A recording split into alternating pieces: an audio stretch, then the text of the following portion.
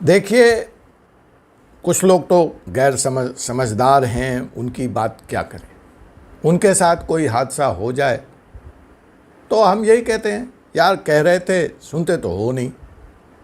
अब मैं ज़रा आज बात करना चाहता हूँ समझदार लोगों की। मज़ा ही उन्हीं की बात करने में आता है, उन्हीं से बात करने में आता है।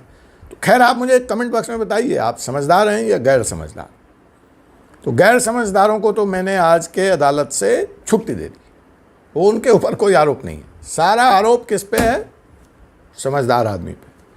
तो अगर आप समझदार हैं तो बने रहिए इस एपिसोड में, और गैर समझदार हैं तो साहब कुछ कहना ही नहीं मुझे।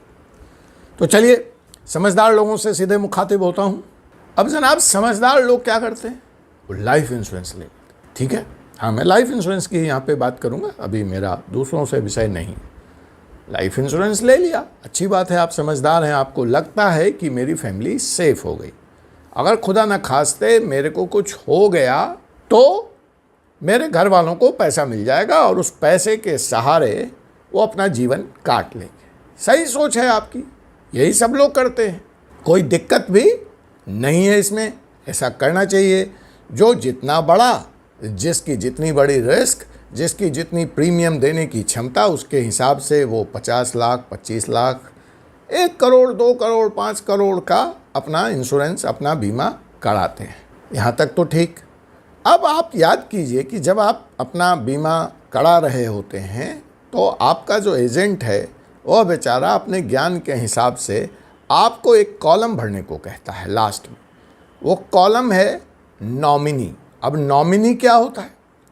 नॉमिनी में यह लिखना होता है, यह बताना होता है कि देखिए साहब, अगर मेरे साथ कुछ हो गया ऐसा वैसा, मैं इस दुनिया में नहीं रहा, तो इंश्योरेंस जो कंपनी है वह यह जानना चाहती है कि बिना किसी देरी के, बिना किसी होल हुज्जत के, यह पैसा आप जिस पे ट्रस्ट करते हैं उसका नाम लिख दीजिए, उसको दे दिया जाए। यही है नॉमिनी का मतलब।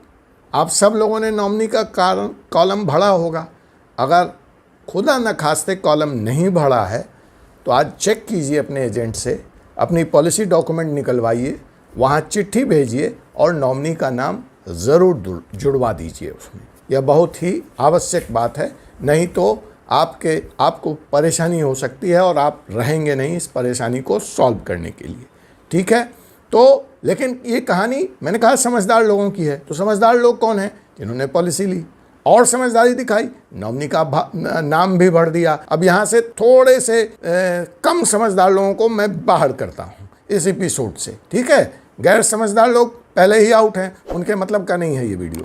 और जो थोड़े समझदार हैं, जिन्होंने वो इंश्योरेंस तो ले ली लेकिन नॉमिनी का नाम नहीं भरा है, या चेंज हो गई है या चेंज करना चाहते हैं, तो वो अभी तक उन्होंने इंश्योरेंस कंपनी को इन्फॉर्म नहीं किया है। तो आप जाइए, इन्फॉर्म कीजिए और तब तक आप भी बाहर जाइए।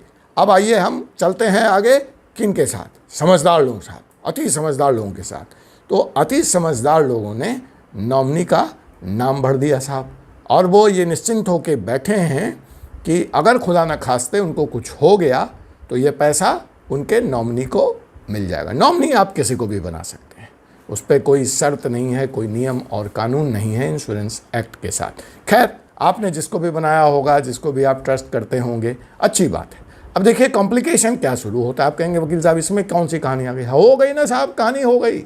आप जानना चाहें तो आपका जो सारा प्रयास है, आप जो निश्चिंत होकर बैठे हैं कि मैंने तो नॉमिनी का नाम लिख दिया, अगर मेरे को कुछ होगा तो मेरा पैसा मेरे नॉमिनी को मिल जाएगा और नॉमिनी के माध्यम से मेरे घर वालों को मिल जाएगा। लेकिन जनाब, यही कैच है, इंश्योरेंस कंपनियां मना कर देती हैं और इस बारे में सुप्रीम कोर्ट के कई निर्णय हैं जो इंश्योरेंस कंपनियों को यह निर्णय लेने में मदद करता है। मैं उसके विस्तार में किसी अगले एपिसोड में आपसे बात करूंगा, या व्यक्तिगत 1-to-1 पे आप पूछ लीजिएगा। लेकिन कुछ जो निर्णय हैं वो हैं चलम्मा वर्सेस तिलागर, एक और निर्णय है विसिन एन खेमचंदानी वर्सेस विद्या खेमचंदानी, और भी एक निर्णय है जिसमें सुप्रीम कोर्ट ने इंश्योरेंस कंपनी के इस फैसले को उचित ठहराया है जनाब, वह है सरबती देवी वर्सेस उषा देवी। सिंपल सी बात है, लास्ट में मैं इसको कंक्लूड करता हूँ कि अगर नॉमिनी और लीगल हायर आपके कानूनी उत्तराधिकार में किसी तरह का विवाद है, छेड़ता है, तो इसके बिना पर इंश्योरेंस कंपनी नॉमिनी को पैसे देने से मना कर सकती है। कानूनी रूप से उसको यह अधिकार है। वह यह भी कह सकती है कि आप जो भी कानूनी उत्तराधिकारी हैं, लीगल हायर हैं, उनसे सबसे नो ऑब्जेक्शन सर्टिफिकेट लेके आइए, सक्सेशन सर्टिफिकेट लेके आइए। कुल मिला के क्या हुआ, आप हैं नहीं, आपने मुसीबत के लिए पैसा दिया था, अब पैसा तो मिला नहीं, उसमें जो देरी हो रही है वो अलग है, और कोर्ट के चक्कर और पैसे खर्च करना अलग है। तो जनाब, आप जानना चाहेंगे कि फिर वकील साहब इसका तोड़ क्या है? पहले तो आप मेरी बात से सहमत हो। अगर आप सहमत हैं तो आप जानना चाहेंगे तोड़ क्या है। मैं तोड़ बताऊंगा, बने रहिए। इससे भी ज़्यादा कॉम्प्लिकेटेड मामला जो है वह ग्रुप इंश्योरेंस पॉलिसी को लेकर के आ जाता है। ग्रुप इंश्योरेंस पॉलिसी मतलब जहां आप नौकरी करते हैं, उस संस्थान ने प्रीमियम देकर आपके लिए एक इंश्योरेंस पॉलिसी खरीद रखी है। जब आप युवा होते हैं, ऐसी कंपनी में काम करते हैं, आपकी शादी नहीं हुई होती है, तो इत्तेफाकन आप नॉमिनी अपनी मदर को बनाते हैं और बाद में आपकी शादी हो जाती है। तब आपकी पत्नी आ गई, आपने नॉमिनी का कॉलम चेंज नहीं किया, मदर चली जा रही है, या आप वो नौकरी बदल छोड़ चुके हैं जनाब, ठीक है, आप दूसरी जगह जा चुके हैं, लेकिन पॉलिसी कंटिन्यू है आपकी, और खुदा न खास्ते आपके साथ कुछ हो जाता है तो यह सारा के सारा पैसा आपकी मदर को मिलेगा। और आपकी मदर को जब मिलेगा तो उसमें आपके भाई और बहन वो भी हिस्सेदार हो जाएंगे। अब आपकी मदर की मर्जी है कि वो पुत्र वधू को दे या ना दे, आपके बच्चों को दे या ना दे, या दे तो उसका कितना हिस्सा दे। तो ये ग्रुप इंश्योरेंस पॉलिसी में भी ऐसी दिक्कतें देखने को आई हैं, कई केस सामने आए हैं। कुल मिला के मेरा कहने का मतलब है कि नॉमिनी सोच समझकर बनाएं। नॉमिनी फाइनल नहीं है, नॉमिनी का इस पैसे में कोई अधिकार नहीं है। मृत्यु के बाद इंश्योरेंस कंपनी जो भी पैसा देगी वह आपकी संपत्ति है, सेल्फ एक्वायर्ड संपत्ति का हिस्सा है, और उसका बंटवारा हिंदू सक्सेशन एक्ट के हिसाब से, सक्सेशन एक्ट के हिसाब से, जिसमें class 1 heir, class 2 heir, class 3 heir इत्यादि इत्यादि हैं, उसके अनुसार से ही होगा। तो आप इस गलत फहमी में ना रहें कि जनाब नॉमिनी बनाकर आपको आपका पैसा आपके परिवार वालों को मिल गया।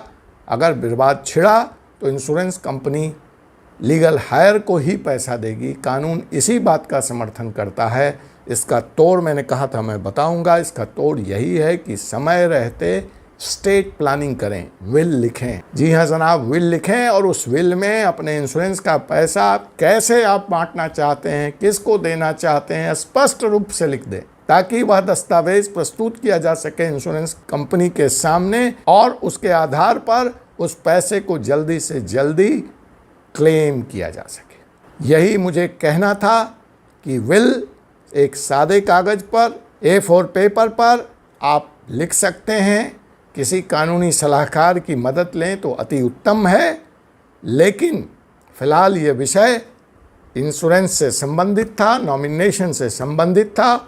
मैंने आपको जो मुकदमे सुप्रीम कोर्ट तक आए हैं उनके आधार पे आपको बता दिया कि when it is between nominee and the legal heirs, तो जो कानूनी उत्तराधिकारी हैं उनका अपर हैंड है, वही इस पैसे के अधिकारी हैं। और इस पैसे का बंटवारा अगर आपका विल नहीं है तो वो जो हमारा हिंदू सक्सेशन एक्ट है उसके आधार से class 1 heir, class 2, class 3 heir पर के हिसाब से होगा। कानून की सही जानकारी ही आपकी सबसे बड़ी सुरक्षा है। इसलिए कानून से जुड़े ऐसे ही महत्वपूर्ण वीडियो देखने के लिए हमारे YouTube channel 4C supreme law को अभी सब्सक्राइब कीजिए। Thank you.